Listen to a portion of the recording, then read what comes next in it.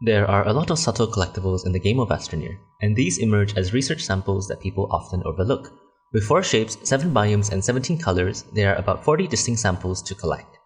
So, my name is Sandboxnate, and let's set out to collect these research samples.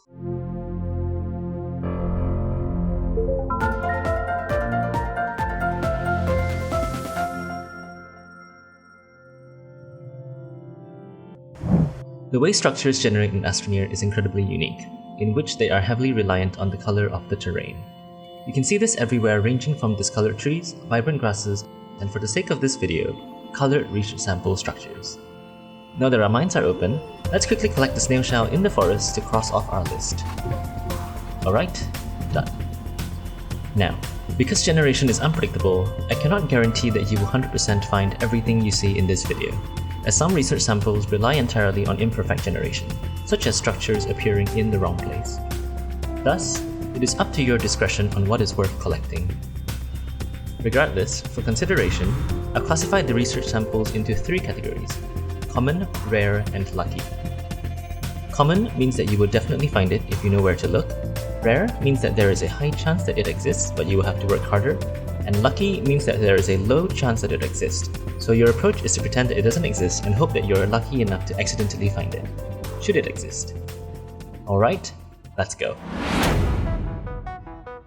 The surface of Sylva consists of plains, forests, mountains, and crevasses. In the plains, there are 3 shades of green and an orange. In the forest, there are 3 shades of indigo to violet. In the mountains, there is a shade of white and 2 shades of grey. And in the crevasses, it shares the same grey as the mountains. Starting with kernels, kernels naturally generate in plains. You can find 3 common kernels here with 2 greens and 1 orange. Other kernels can be found at the borders of the plains. When bordering mountains, you can find 2 rare kernels of white and grey, and when bordering forests, you can find 2 rare kernels of indigo and violet. Next, on Salient Sprouts. Salient Sprouts naturally generate in forests.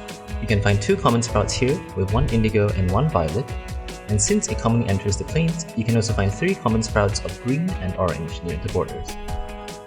The rare variants of the sprouts can be found bordering the mountains, where they are white and grey.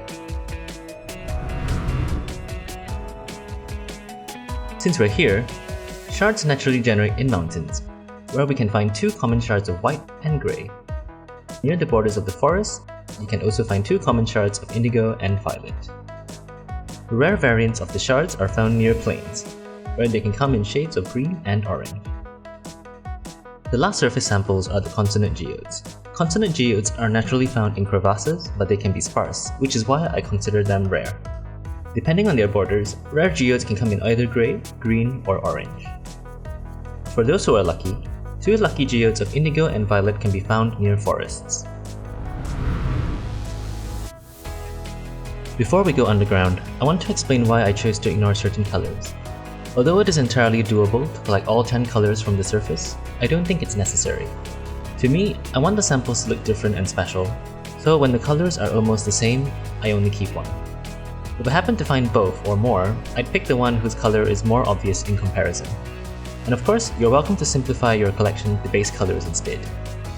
So, it's up to you if you want to collect all of them, only the distinct ones, or something in between. Now that that's out of the way, let's go under. Let's talk about underground colors.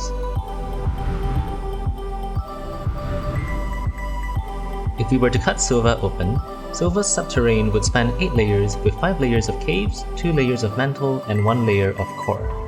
The colors of the layers are as such. In the caves, there are 3 shades of brown and a red. In the mantle, there is a shade of red, maroon, and olive. And in the core, there are 2 shades of olive. From top to bottom, let's look at Dissonant Geodes.